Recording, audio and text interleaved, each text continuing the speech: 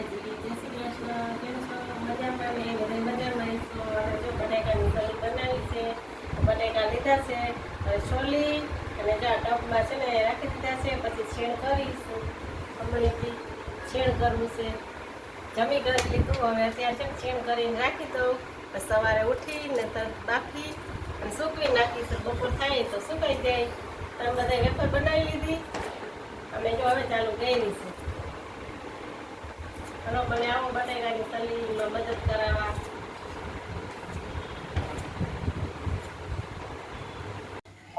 છીણ કરી લીધું છે. તો છીણ છે ને આવી રીતના પાડી લીધું સરસ.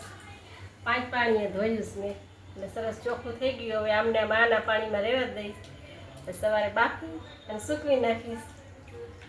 4-5 પાણીએ ધોઈ નાખે ને એટલે સરસ છે ને ચોખ્ખું પાણી.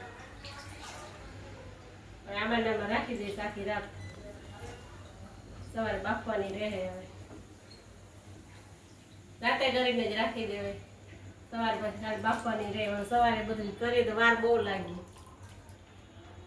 અને હવે સવારે છે ને સૂકવી નાખીશ બાફીને. આવી રીતના ગરમ કરીશ. છીણ કરીશ. ચેવડામાં હાલે ને. જય માતાજી બધાને. સવારના જો પાણી મૂકી દીધું હતું. નાખીને જો પાણી છોરે આવી ગયું છે. હવે છે ને એમાં બાફી લઉં.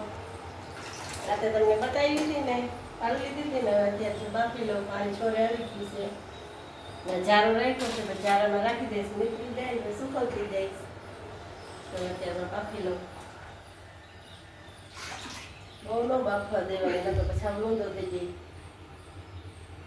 વરાળમાંથી કાઢી લેવાની હોય. જો હમણાં પછી સૂકવી નાખીશ વહેલી સવારના.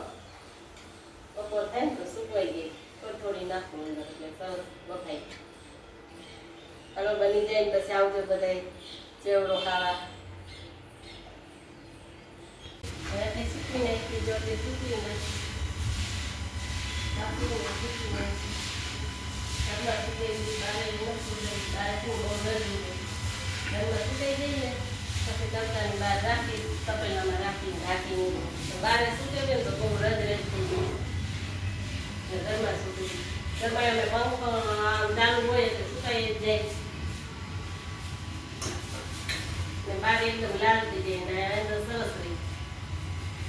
પવનનું સુકાઈ જાય. છૂટી છૂટી નાખી દઈએ ને સરસ સુકાઈ જાય.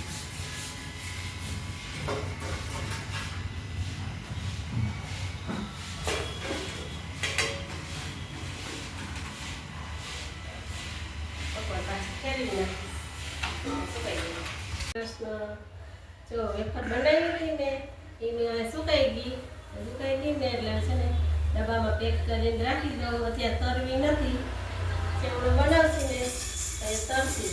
અને અત્યારે કાકા દી સેવી નકર વળી તરી તો ચેવડો બનાવું તો બતાવે. એટલે જો આ બની ગઈ છે. હવે આમાં ભરીને રાખી દઈએ. એટલે તૈયારી નથી. હવે બનાવશું ને ચેવડો તો એ તરસી પેક કરીને રાખી દઈએ. સરસ છે. સુકાઈ ગઈ. ડબ્બો ભરીને રાખી દઈએ.